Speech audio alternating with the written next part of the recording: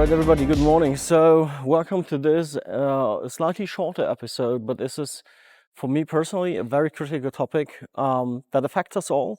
I wouldn't even consider it as critical. I also would, I don't know if it's the future yet, or if it will hit us that hard in the future. Fact is, they are here, they are there, and there's no doubt about it that they will be there in the future as well. So I can think if an industry that is running, giving up on the other side. And what I want to speak with you about is the conversion from old classic cars like this lovely old Chevrolet Corvette into an EV.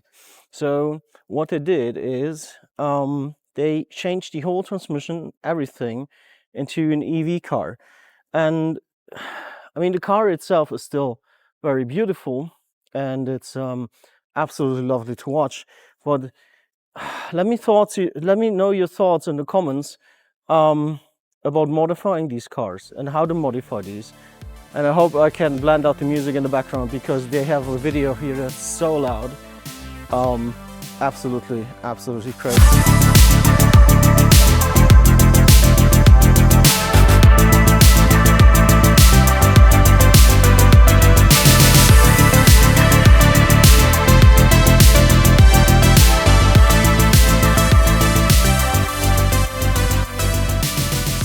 Next car is from Oilstain Lab.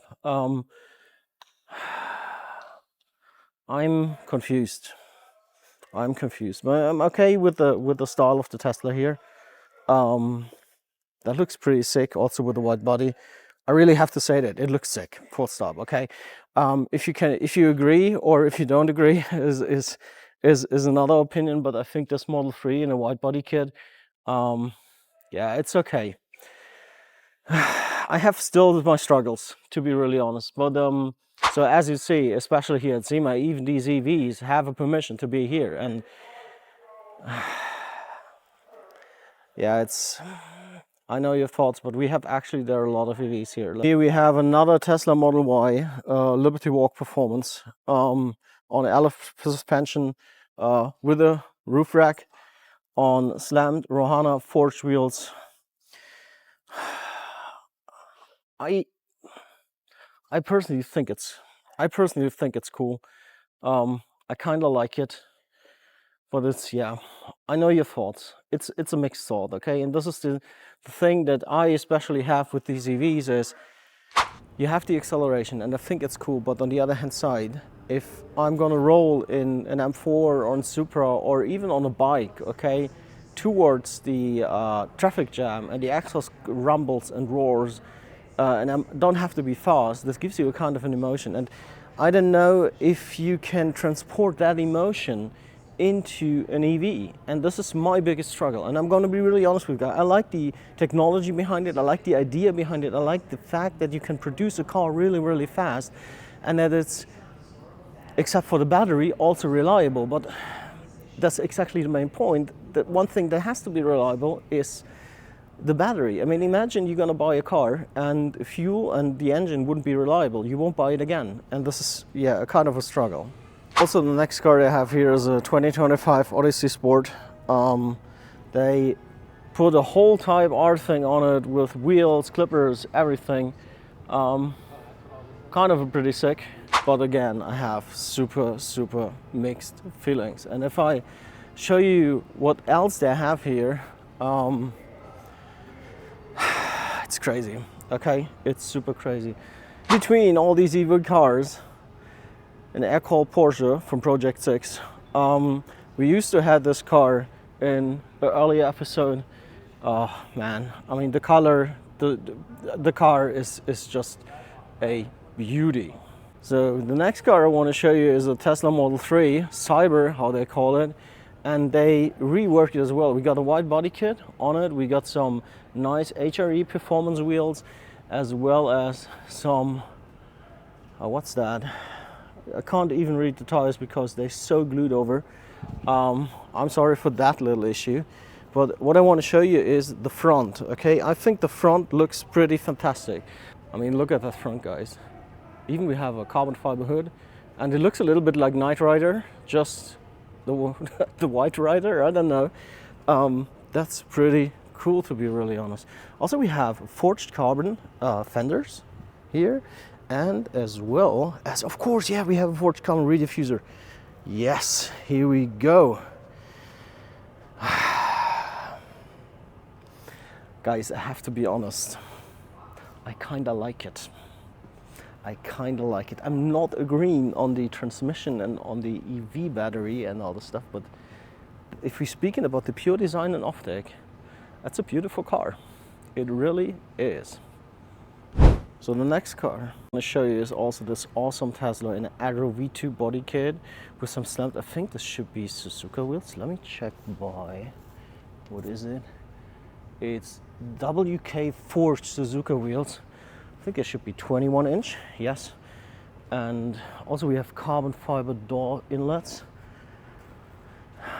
Yeah, it's, well, let me adjust the gimbal. Give me a second, please. This camera is pretty new to me, so I'm sorry for these little mistakes. You hear it, I have to, every time when it's go like, I have to be honest to myself, it looks good. It looks good, I can't deny. And I have another one in the back. The only thing I'm not really agreeing on is you build a classic like this into a modern EV car. Guys, please let me know in the comments what you think about this, but it's a kind of difficult to me. I mean, it's slammed, it looks nice, but let's check. Let me know your thoughts, please. Be very open to me. Don't get rude in the comments. Okay, you can be funny, but don't get rude with me. The car itself looks nice. Here we have the battery. As said, the car itself looks super nice. Also, you have this classic axis on the LF suspension and the big battery in the trunk. I kind of like it. I really kind of like it, but I'm still confused if this is the way how you should go. I mean, I understand the point of doing so. I'm not gonna say it's the future. It's part of the now, of the here and now, and yeah, we can't deny that they're here. And for me personally, I'm a combustion engine guy, and I love my inline six turbo, and I love V8 turbo, and I'm into JDM cars, but when I stand here and check this Tesla back there, it kinda looks nice. Also with the rooftop arrangement with the tent on top, it's a kind of cool. It is a kind of cool, and yeah, you see, I'm struggling. I think they have the place to be, and I don't know how often I said that now, but I like the technology behind it. I think it's interesting, but on the other hand side, I